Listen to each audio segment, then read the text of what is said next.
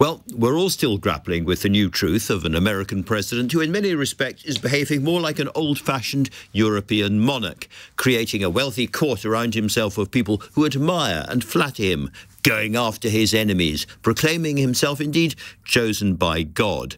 What does it mean for the American Constitution? And what does it mean for our changing attitudes here? Let's hear now from Professor Andrew Blick, Professor of Politics and Contemporary History at King's College London, whose next book, along with the godfather of constitutional studies here, Peter Hennessy, looks at the real guardrails still left for our unwritten constitution. He told me how worried he thought we should be that the political chaos over there could make its way here.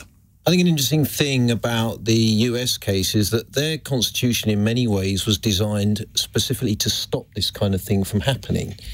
It's got lots of supposed checks and balances built into it, separate elections for the president as to Congress, 2 chambers of Congress, a Supreme Court. The problem in the US today is that Trump or people adjacent to or allied with Trump seem to have got hold of all of those things. So Trump's got the presidency, they've got both houses of Congress, and they seem to be in a strong position on the Supreme Court. That's the problem in the US.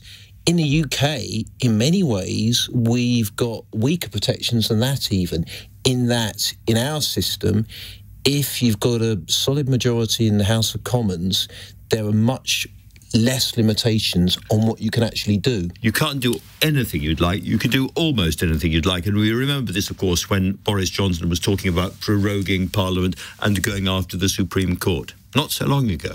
Exactly. We fell back really at that point on the Supreme Court as, some would say, the last line of democratic defence. They held up on that occasion. They were under a lot of pressure. We know they're under a lot of pressure. They've talked about it. And so I think that because we have this doctrine called parliamentary sovereignty in the UK, and we don't have what's called a written or codified constitution, in that sense, there are less limits on someone who has that support in the House of Commons and is so minded to behave in this way. And then, of course, there's a huge question of how the politics of Trump, too, affect Britain more widely when it comes to climate change, when it comes to attitudes to immigration and gender and so much else, whether we are affected by this. And you think, well, why should we? We should just turn our backs and get on with our own stuff. But because we need America, and a really resurgent, strong America, we need more than anything else, it's much harder for us to do that. We've already seen the Musk effect before the presidency even started, that in effect, Elon Musk tweeting or Xing or whatever he was doing was able to really shape the agenda of UK politics for a period of time and led in the end to our government announcing reviews that, you know, how real those reviews are. But without his intervention, would that have happened? So we're already seeing that effect. Now, how that will play out over time, what the impact will be, what the consequences will be for the shape of our party political system, it's early days. And we've got, even today, the Prime Minister Keir Starmer talking about the need for more regulation, effectively, of the internet world, particularly when it comes to extreme violent images. And clearly he's going to have to look at changing the law. But if he tries to change the law, he is going to infuriate Elon Musk again. And if that infuriates Donald Trump, and if that in turn then means we face tariffs, and that hits the entire British economy, perhaps to the tune of 0.9% of GDP, that's big stuff and must stay his hand, however much he thinks about it.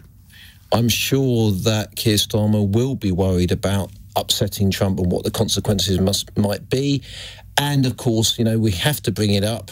We're no longer in a larger organisation that we were once part of called the European Union that, for whatever problems it's got, would have provided a bigger bloc to potentially help in deal with these kinds of issues. We're not in that. The EU has at times confronted some of these tech enterprises, for instance, and had battles with them, and it is in a strong position with regard to them that maybe we're not in that position any longer, and we're still presumably hoping for some kind of trade deal out of the US at some point. So we're in a difficult position there as well. And if this new era of kind of bully pulpit, you know, demagogue politicians who are unpredictable, exciting, charismatic, all of that, and aren't that concerned with traditional democratic rules, then in a sense in Britain, we have somebody who is the complete polar opposite of all of that in Keir Starmer, somebody who lives by the rules, breathes by the rules. And I think even his best friends wouldn't say that he was either temperamental or charismatic in the Trump sense. Yes, and in some ways, when he first took office, he was seen as an antidote to someone who fulfills some of the criteria you previously mentioned, who we did have in power not that long ago. And maybe that's still his, as it were, superpower.